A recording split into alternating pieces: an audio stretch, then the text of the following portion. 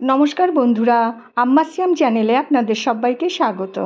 আজ আমি বানিয়ে দেখাবো ডিম পোস্তর একটা অভিনব রেসিপি। তো দেখুন, খুব চটজলদি হয়ে যাবে এবং দারুণ এই সহজ রেসিপিটি দেখতে থাকুন, আমার সঙ্গে থাকুন। এখানে আমি 5টা ডিম সেদ্ধ করে নিয়ে নিলাম মোটামুটি এই ছোটো এক বাটি পোস্ত, সঙ্গে নিয়ে নিচ্ছি কাঁচা লঙ্কা। আচ্ছা, এবার ওই পোস্তটা আমি কাঁচা লঙ্কা দিয়ে বেটে নেব। তো দেখুন, এখানে 5টা ডিম সেদ্ধ করে খোসা ছাড়িয়ে আমি একটু ডিমের গাগুলো চিড়ে নিলাম। এবার আমি নুন আর হলুদ দিয়ে ডিমগুলো ভালো করে মেখে রাখবো।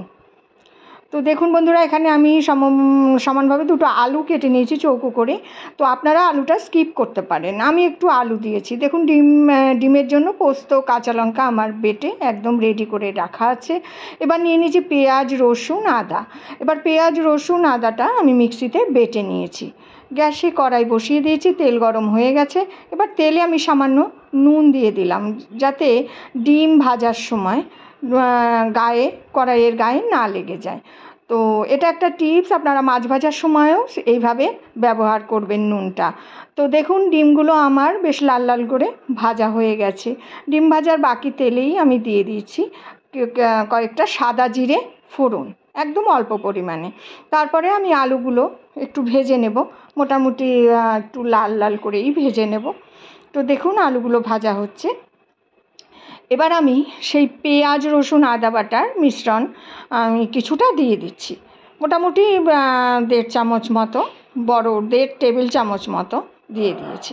এবার এটা দিয়ে আমাকে ভালো করে কষতে হবে যতক্ষণ না পেঁয়াজ, আদা, রসুনের কাঁচা গন্ধটা চলে যাচ্ছে।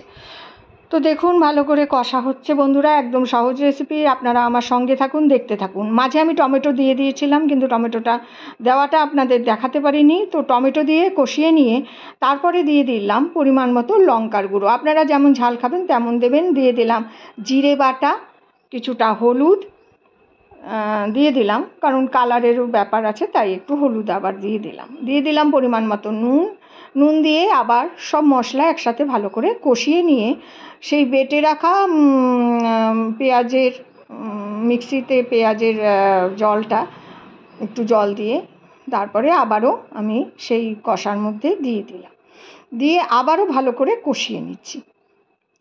তো দেখুন, কষানো হয়ে গেছে, উপর থেকে তেল ভেসে উঠেছে। এবার দিয়ে দিলাম কিছুটা জল। তো এটা একটু গায়ে গায়ে হবে, খুব বেশি জল দেবেন না, জলটা এমনভাবে দেবেন যাতে আলুগুলো সেদ্ধ হয়, এরকম আর কি।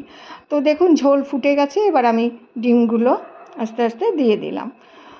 তো বন্ধুরা, পুরো ভিডিওটি দেখতে আমার সঙ্গে থাকুন এবং রেসিপিটি জানতে আমার সঙ্গে থাকুন। খুব ভালো রেসিপি, অবশ্যই যারা ডিম প্রেমী আছেন তারা অবশ্যই বাড়িতে কিন্তু বানাবেন। তো দেখুন, ডিমের ঝোলটা ফুটে গেছে। এবার ভালো করে নাড়িয়ে চাড়িয়ে দিলাম। নতুন বন্ধুদের আমার চ্যানেলে স্বাগত, আর যারা পুরনো আছেন তাদেরকেও স্বাগত। যারা চ্যানেলটি সাবস্ক্রাইব করেননি তারা একটু প্লিজ সাবস্ক্রাইব করে দেবেন। তো আমি ঢেকে আবারও কিছুক্ষণ ফুটিয়ে নিলাম, যাতে আলুগুলো সেদ্ধ হয়ে যায়। তো দেখুন বন্ধুরা, মোটামুটি ঝোলটা গায়ে গায়ে চলে এসছে। এবার আলুগুলোও আমার মোটামুটি সেদ্ধও হয়ে গেছে। আবারও একটু ঢেকে দিচ্ছি, আবারও একটু ঢেকে কিছুক্ষণ রান্না করে এবার আমি এর মধ্যে দিয়ে দেব পোস্ত। তো দেখুন, আলুগুলো আমি একটু চেক করে নেব যে সেদ্ধ হয়েছে কি না, সেজন্য আমাকে একটু দেখে নিতে হবে। তো দেখুন বন্ধুরা, আলু সেদ্ধ হয়ে গেছে, দেখে নিয়েছি। আর অবশ্যই নুন আর ঝালটা এই পর্যায়ে চেক করে নেবেন কিন্তু। তো শেষে একদম দিয়ে দিলাম আমি 2 চামচ সেই কাঁচা লঙ্কা আর পোস্ত বাটা। আমরা একটু ঝাল পছন্দ করি বলে একটু ঝালঝালি বানাই, আর ডিম পোস্তটা একটু ঝালঝালি ভালো লাগে। তো দেখুন, পোস্তটা আমি শেষে একদম ভালো করে ডিমের ঝোলের সাথে মিশিয়ে দিলাম। কিছুই না, একদম সাধারণ রেসিপি, কিন্তু একদম অমৃতের মতো স্বাদ, গরম ভাতে দারুণ লাগবে।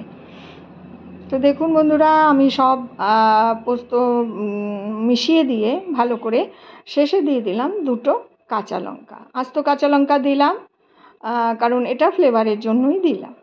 এখানে আমি গরম মশলা ব্যবহার করছি না, কারণ পোস্তের একটা নিজস্ব গন্ধ আছে, তাহলে গরম মশলা দিলে সেই গন্ধটা চলে যাবে। তো বন্ধুরা, কিছুক্ষণ ঢেকে আমি রান্না করে নিয়ে দেখুন একদম তৈরি হয়ে গেছে আমার ডিম পোস্তর রেসিপি। কি দারুণ কালার এসেছে দেখুন, আর খেতেও দুর্দান্ত হয়েছিল।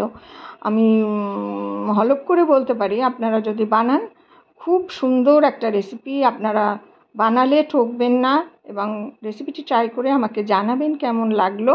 আর যারা এখনও আমার চ্যানেলটি সাবস্ক্রাইব করেননি, প্লিজ তারা আমার চ্যানেলটি সাবস্ক্রাইব করে আমার পাশে থেকে আমাকে উৎসাহিত করবেন।